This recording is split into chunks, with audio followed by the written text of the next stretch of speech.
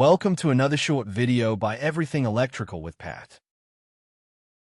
In this video, I'm going to show a simulation of traffic lights I made using OpenPLC.